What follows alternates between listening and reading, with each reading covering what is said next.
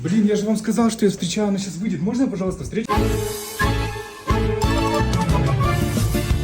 Прощайте, барабан. Я, короче, ей написал, что я не смогу ее встретить. Она сейчас в шоке будет. Нихуя себе, блядь. Здравствуйте.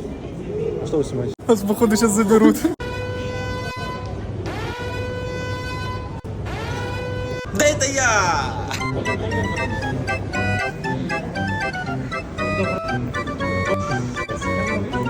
Давайте я быстро ее встречу, а потом вы меня заберете. Блин, я же вам сказал, что я встречаю, она сейчас выйдет. Можно я, пожалуйста, встречу быстро, потом зайду к вам?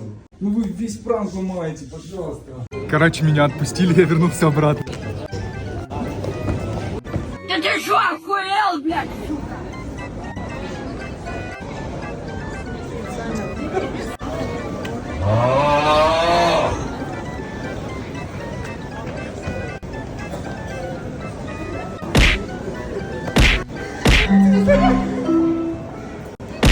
Звернути голос вашого